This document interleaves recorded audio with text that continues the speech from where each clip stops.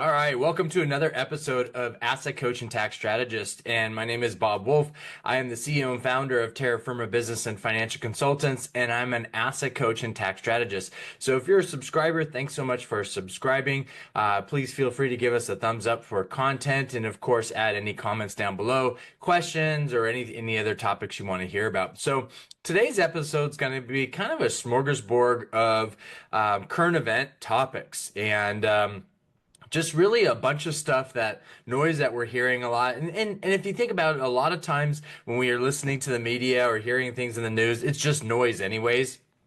We're being distracted from the reality of what's actually happening, or what we should be know that's happening. And so, unfortunately, just because Trump was elected and his team and administration is going through all these things, doesn't mean all of that has changed. If anything, it's probably gotten a little worse to combat what the productivity of this current administration is going through. Now, are they perfect? Is everything that they're doing and saying it's absolutely perfect? Of course not. That's not life. That's not humanity, right?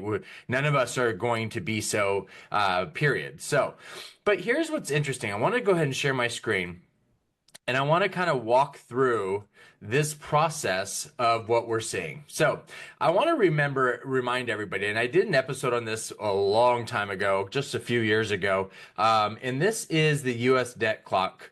.org. That's the website, usdebtclock.org. So feel free to jump over there and go through it yourself. But I want to highlight a couple things, and let me grab my little tool here to write. And okay, so over here on the left, right here, we have US debt clock. So notice that's $36 trillion. Okay, I just find this very interesting. Now here is the total US revenue, which is 5 trillion, and here's the GDP, 29 trillion. Okay, so 29 trillion, and I want you to take a look at this. Look at the US debt. Okay, so this total US debt, and look at the interest on US debt. US debt interest is at $5.4 trillion. Look at what we're generating as tax revenue to pay for that debt. It's less. We're in the hole. $300 billion. Okay, so now the crazy thing is that if any of us ran our personal finances like this, we'd be finished. We'd be done. But what's interesting is that we, as or part of America, or whatever we're hearing as America, are really upset with DOGE. DOGE is creating tax savings and reducing spending, which I just told you our spending is because of our U.S. debt. Okay, and they're trying to reduce spending. Why? Because we're trying to save money for taxpayers, $3,500 per taxpayer. Well, how many taxpayers are there, Bob? Well, there's 112 million. 112 million taxpayers, and those are the ones that are footing the bill for this system. Okay, so I don't want to hear all this blah blah blah from people who aren't even working. I don't even care. And the reality is that when you look at also tariff revenue, here's tariff revenue, future tariff revenue, $661 billion.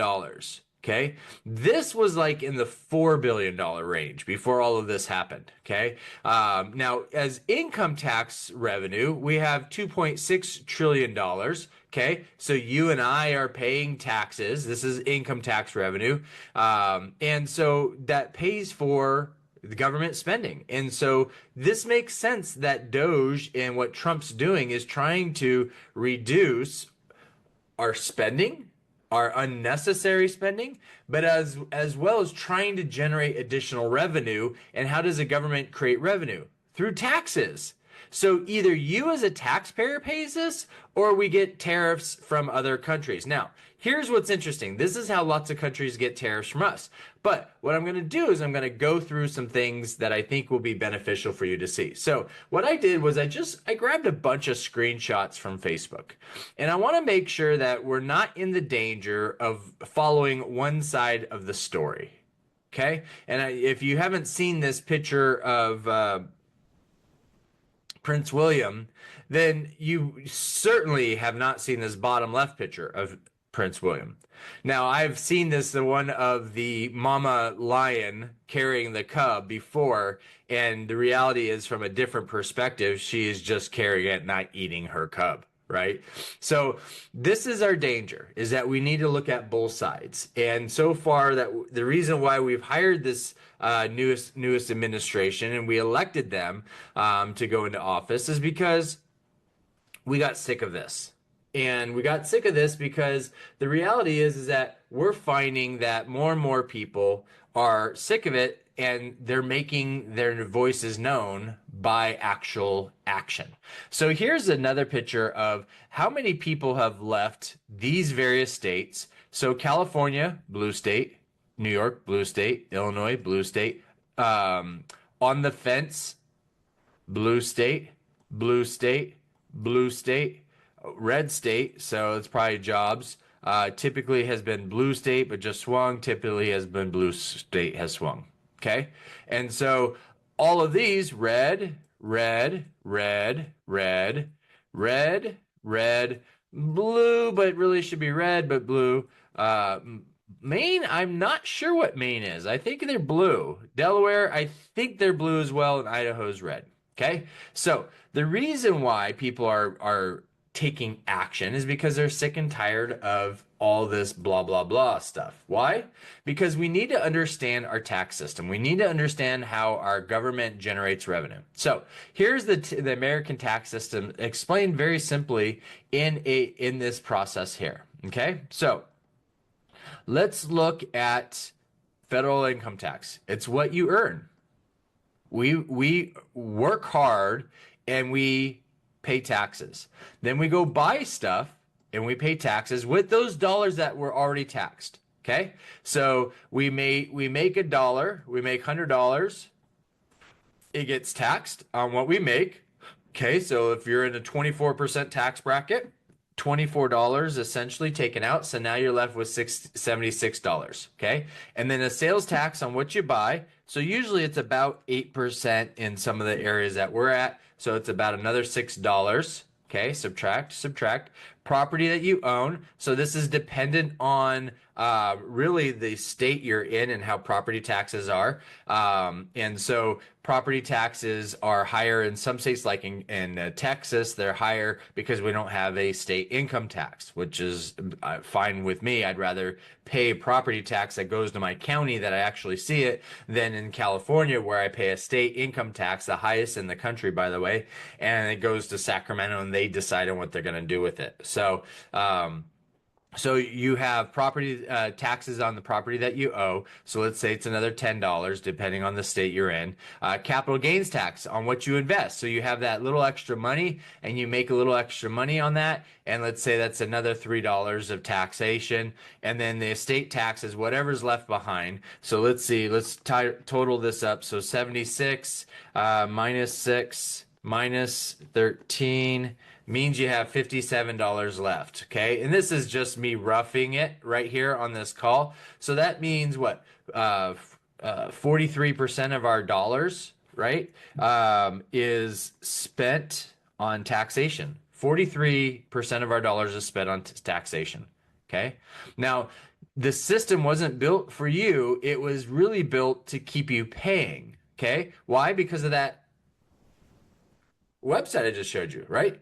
We need to learn the tax code. We need to understand how the game's played, and this is how the wealthy plays the game. And here's the thing: the rules are the rules. They're societal rules. You don't have to be a certain area. You have to make decisions and work to get certain areas. Doesn't mean that you're gonna go from I'm sleeping on the streets to one of the richest people in the world. But you can certainly make decisions in your life to improve your life in a process that is available to us that we have. Now, why am I talking about this? Because each of these taxes and inflation, the silence tax, is causing us it's causing us having to work hard. And as inflation increases, not just our income but the cost of products, then we pay more out. Okay, so your purchasing power of $100 in each state. So $100 is worth $25 more in Arkansas than it is California. Think about that. So California, $100 is really worth $88. right? Versus Arkansas, it's 113. Okay, so this is interesting. This is your purchasing power. This is how hard you work. Now, what's the history been of this? So if we were to look at home prices and the home prices and the index, and when you look at the U.S. economy, a lot of the U.S. economy is driven off of interest rates, which means driven off the ability for people to buy houses. Because when you think about the economy that surrounds a home and home buyers, it's pretty significant. So whether it's the economy of just buying the house, the banking system and the interest that they earn, the people having to work because now they just added this, hundreds of thousands of dollars of debt. Because look at what a house was in 1970, 1980, all the way to now 2025. You're going into debt. Look, that's debt. So if you put 20% down on this, which most people can't, that's $84,000. $84,000 is 20% down. Most Americans don't have $84,000 to put down on a house. So what do? Banks create the way for you and I to purchase these houses. So when we look at this and we look at the total debt is now $336,000. You're going into debt. Okay. So what do you have to do? You have to work. The U.S. this home system is requiring you to have to pay for this, which you have to work, which creates what for the government? Tax revenue, and they make money. Okay. So I'm not saying that buying a home is a bad idea or anything like that. I'm just saying is that the system is designed a specific way, and the homes and purchasing a home generates a certain amount of revenue to the economy, not just people in the economy, but tax revenue to the government. The government knows what they're doing. Okay. These rules and things are in place for a reason. Okay. Now, why do I talk about all this? Because as we go out and we buy other goods and services, we have to understand who our top trading partners are. And we know who China's top trading partner is. It's the US. Why? Because we like to buy stuff. We like to buy stuff. We're a good purchaser. The reason why we have things, you've heard me say this before, the reason why we have things manufactured in China is because of cheap labor. Plain and simple. There is no other rule, there is no other law, there is nothing else about China that we in the US care about. There's nothing other than cheaper labor. Okay? Now, why am I going through this? Because we need to understand which countries have the largest trade deficits. That's us. Trade deficit is bad. That's why Trump is helping with these tariffs, is because that means we have more coming in to the United States than going out.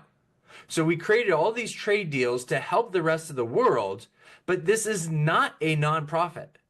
And so far, you and I, as taxpayers, based on the very first website I showed, the very first part of this segment I showed, is our tax dollars is what's driving this. Our government is sending money, not just internally to these other agencies and misspending and mishandling your tax dollars, but they're sending money out to other countries, and each of these countries charge us tariffs to be able to for their products. So all we're trying to say is let's create this equitably, because a trading partner means that there's a reciprocation that's beneficial for both parties. Okay? And so we're finally saying enough is enough. Okay? And that's why all these countries are now coming to the table to have conversations, right? We're in conversation, and it's pretty much close to being done, that we are going to be utilizing more than likely India for our future manufacturing. That's awesome, because they have 1.4 billion people, just like China does, and they're not communists. They are a group of people that are hardworking folks, very, very intelligent, no different than a lot of the Chinese people, very, very intelligent, and they're not communists. So I hate to say it, right? But at the end of the day, we can probably trust the conversations. I mean, think about it. If we can feel like we trust Putin's saying what he means, have we ever felt like we could trust China's administration? Not so much. Not so much. And I know there's a lot of lot of noise right now that the U.S. trade deficit, or sorry, U.S. GDP is just ticked lower. The first time, the lowest in 3 years, right? Try to make us up. The U.S. GDP is the lowest in 365 days times three. Try to make it sound like, oh my, well, yeah, it's cyclical, right? I mean, it happens. But China's GDP is 5 point whatever. Yeah, but China also needs like 12 to 13% GDP to stay afloat. This is why China's hemorrhaging. This is why China's suffering and having a hard time, and why they're trying to dig their heels and try to look tough. But the reality is they are going to come to the table as well. They're going to come to the table and have a conversation with Trump, and they're going to try to save face, and Trump's going to say, your time has passed. There is no saving face. You decided to dig your heels? That's on you. That is your decision, not my decision. I told you, I warned you. It was not a secret, but you chose to dig your heels. I'm sorry. Here's the deal. Take it or leave it. Because we're in the position to do so.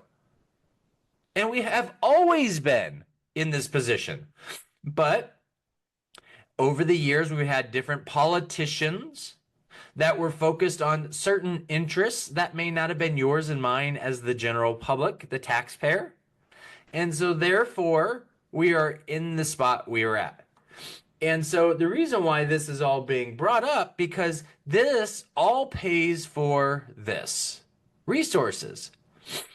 Resources. We need resources to survive. We need goods and services that are produced because of these resources. Okay? And so one of the things that what's crazy about this is that we are oil, they're big oil, but we have a crap ton of oil as well in the US, right? We have a lot of resources. Timber. Do you think of Saudi Arabia as timber resource? Maybe they own other country timber from other countries. Anyways, just find this interesting. Most people don't understand that this is really all about jockeying. When we watch those movies about old medieval times, and nothing has changed, right? We need these resources to be able to manufacture and create the goods and services that we have come accustomed to, but there is an economy around all of that stuff. Now, why am I saying this? Because all of this stuff is leading to this. This was the reason why the current administration, Trump, has been doing what he's been doing. He's been saying this very, very blatantly. We need manufacturing to come back to the U.S. Now there are people that are saying, oh, it's going to take, 3 decades to rebuild manufacturing. You really think that less of the U.S.? Really? You think that less of the US? We are the #1 investor in AI technology, by the way. The US is. And it's not even close. Most people think it's China. No, it's us. Now, China does have the most AI driven or AI controlled robotics, and robots that are controlled by AI.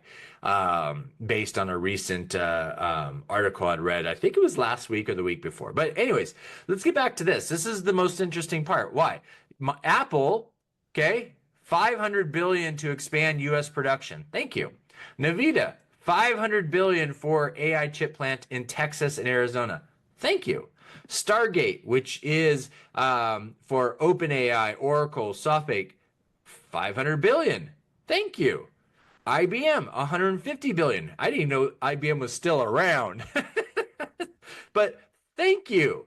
For U.S. R&D and manufacturing. By the way, they're going to get a huge tax benefit for this. By the way, there's huge tax benefits for manufacturing in the United States, just so you know. Now, do those tax benefits outweigh cheap labor in China? No, they don't. But the government has always tried to make sure. But cheap labor in China, slave labor in China, has essentially outweighed you and I as consumers. We would much prefer to buy things cheaper and cover our eyes to how we're getting that. Johnson and Johnson, 55 billion in new facilities. Thank you. Eli Lilly, 27 billion on 4 new sites and 13,000 jobs. Thank you. Taiwan Semiconductors, $100 billion for US semiconductors. Thank you. Hyundai, 21 billion, including 5.8 billion in Louisiana steel plant. Thank you, Hyundai. Merck, $1 billion in Delaware for drug production. I think, thank you. Amgen, 900 million expansion in Ohio Biotech. Ladies and gentlemen, this has been the whole point from the very beginning of what Trump's been trying to say with tariffs.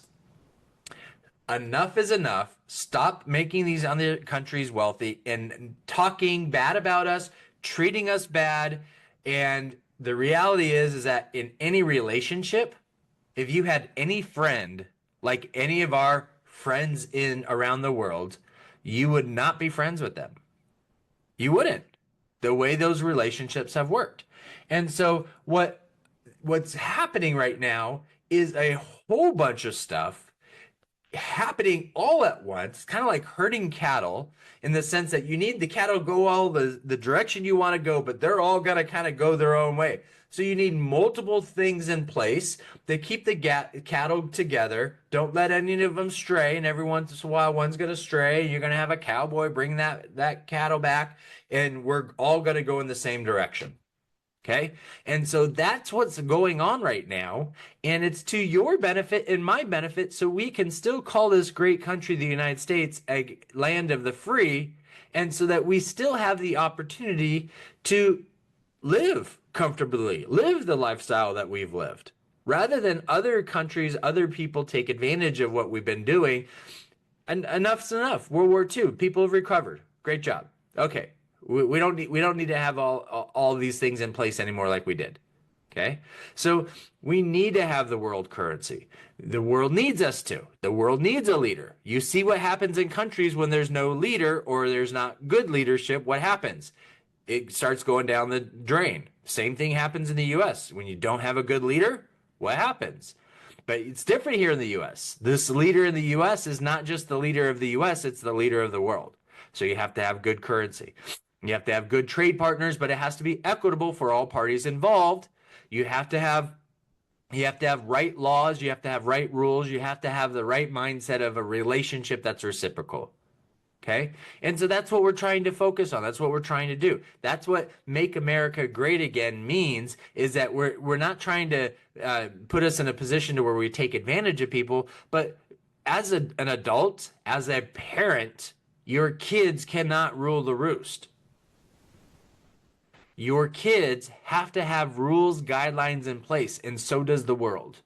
And when you have greed, pride, ego involved, it makes it even worse because they're all adults and they all have weapons, they all have things that they can do to cause harm to other people and are willing to do it. We've seen it.